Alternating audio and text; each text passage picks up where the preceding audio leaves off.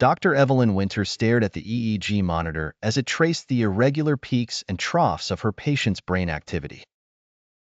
The patient, a middle-aged man named Harold, had come to her with unusual complaints, not just voices, but thoughts that weren't his own. Dr. Winter, a neuroscientist at the forefront of cognitive research, was intrigued but skeptical.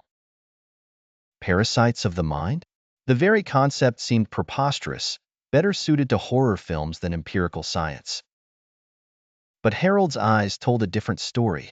They were hollow, sunken wells of perpetual dread.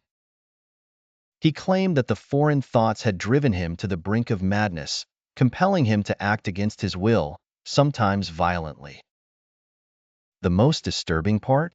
Harold could recall each misdeed in vivid detail, yet felt powerless to stop himself.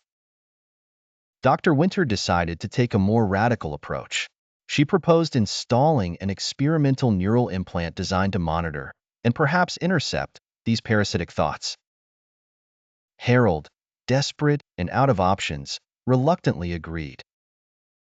The surgery was a success, or so it seemed. For weeks, Harold experienced a semblance of normalcy.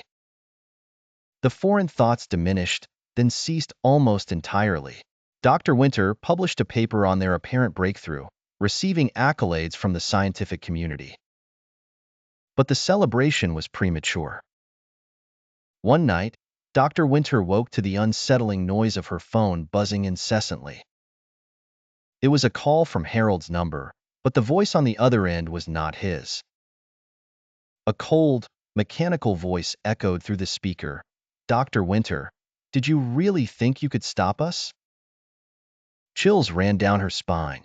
The next day, Harold's body was found lifeless in his apartment, the neural implant mutilated beyond recognition.